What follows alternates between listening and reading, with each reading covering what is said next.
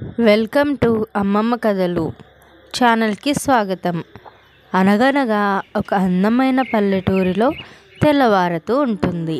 అయితే ఆ పల్లెటూరిలో ఇద్దరు అన్నాతమ్ములు నివాసం ఉండేవారు. వారికి ఇద్దరు భార్యలు కూడా నివాసం ఉండేవారు. కానీ ఇద్దరు అన్నదమ్ములు ఒట్టి వెంగళప్పలు, చాలా అమాయకంగా ఉండేవారు. అయితే వారి ఇద్దరికి ఇద్దరు భార్యలు ఉంటారు. ఒక ఆమె పొట్టిగా ఉంటుంది, ఇంకొక ఆమె పొడుగ్గా ఉంటుంది. పెద్దాయన భార్య పొడవుగా ఉంటుంది, చిన్నాయన భార్య చాలా పొట్టిగా ఉంటుంది. అయితే వారు ఇద్దరు తోడికోడళ్ళు ఒకే ఇంట్లో నివాసం ఉంటున్నారు. రోజు గొడవ పడుతూ ఉంటుంటే ఆ గొడవలని అస్సలు వినలేక రూమ్లోకి వెళ్ళి గొనుక్కుంటూ ఉంటుంది, ఏమీ పట్టనట్టు. కానీ ఆమెకి కూడా కొంచెం లోపల బాధగా ఉండేది, ఇద్దరు కోడళ్ళు గొడవ పడుతూ ఉంటే. అయితే వాళ్ళకి ఒక ఆవు కూడా ఉండేది. అయితే ఆవుకి మేత పొద్దున్న ఒకరు వెళ్ళి పచ్చగడ్డి కోసుకొని వచ్చేవాళ్ళు. సాయంత్రము ఇంట్లో ఉన్న ఎండుగడ్డే ఇంకొక అతను వేసేవాడు. పెద్దాయనకి పని ఎక్కువ ఉండడం వల్ల సరిగ్గా తిండి ఉండేది కాదు.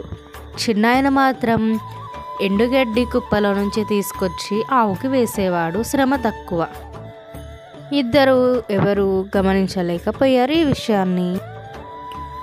అయితే ఒకరోజు ఆవుతో ఇలా అంటాడు చిన్నతను, నువ్వు ఎంత గడ్డేసినా పాలు సరిగ్గా ఇవ్వట్లేదు, నిన్ను అమ్మేస్తాము, చాలా ముసలిదాని అయిపోయినావు అని అనుకుంటూ వెళ్ళిపోతాడు.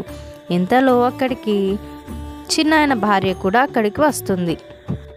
ఆవు తన మనసులో ఇలా అనుకుంది, పొట్టిది వస్తుందిగా నా వైపే, వామ్మో జాగ్రత్తగా ఉండాలి నేను అని అనుకుంటుంది. ఆమె కూడా తన మీద చివాట్లు పెట్టి వెళ్ళిపోతుంది. ఆ ఇంట్లో పెద్ద కోడలైన సరిత తను పని చేసుకోవడానికి కూరగాయలు అమ్ముకోవడానికి వెళ్ళిపోతుంది. అయితే చాలాసేపటి తర్వాత ఎవ్వరు కస్టమర్లు కూడా వచ్చేవాళ్ళు కాదు.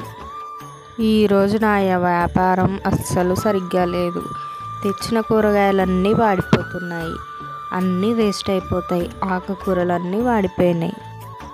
ఈరోజు కానీ నా వ్యాపారం నడవకపోతే నేను దిగాలుగా ఇంటికి వెళ్ళాల్సి వస్తుంది అని అనుకుంటూ తను గట్టిగా కేకలు వేస్తూ ఉంటుంది. కూరగాయలమ్మ కూరగాయలు, తాజా తాజా కూరగాయలు అనుకుంటూ. అలా చాలాసేపటి తర్వాత అరిచిన తర్వాత ఒక ఆమె తన దగ్గరికి వస్తుంది. ఈ బీరకాయలు ఎట్లమ్మా అని తనని అడుగుతుంది. బీరకాయలు కేజీ 60 రూపాయలమ్మా, తీసుకోండి, చాలా తాజాగా ఉన్నాయి, ఇవి మా తోటలో నుంచే పండించి తీసుకొచ్చా నేను, ఎటువంటి మందులు చల్లలేదు అని అంటుంది. కానీ అంత రేటు చెప్పేసరికి ఆమె తిరిగి వెళ్ళిపోతుంది. ఇక ఆ రోజు తన వ్యాపారం సాగలేదు. ఇక తిరిగి ఉట్టి చేతులతో ఇంటికి వెళ్ళిపోతుంది. తను ఇంటి దగ్గరికి వెళ్ళి తలనొప్పికి మంచి టీ పెట్టుకొని తాగుతూ దిగాలుగా కూర్చుంటుంది. ఇంతలో పొట్టికోడలు తన దగ్గరకు వచ్చి ఎదురుగా కూర్చొని తన మొహంకెళ్ళే చూస్తూ ఉంటుంది.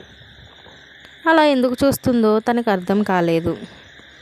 ఏమైందక్క అలా ఉన్నావు, ఎందుకు అంత దిగాలుగా కూర్చొని ఉన్నావు అని అడుగుతుంది.